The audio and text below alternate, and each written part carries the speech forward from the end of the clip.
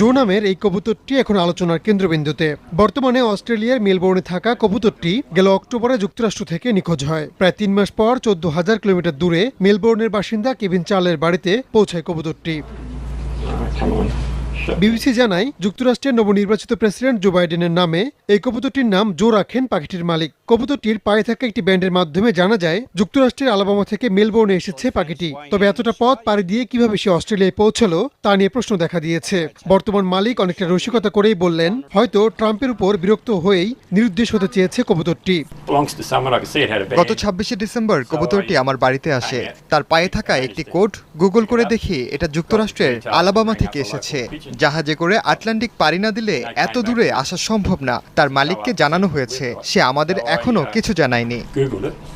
স্থানীয় গণমাধ্যমে খবরটি হওয়ার পর নড়েচড়ে বসেছে অস্ট্রেলিয়া কর্তৃপক্ষ।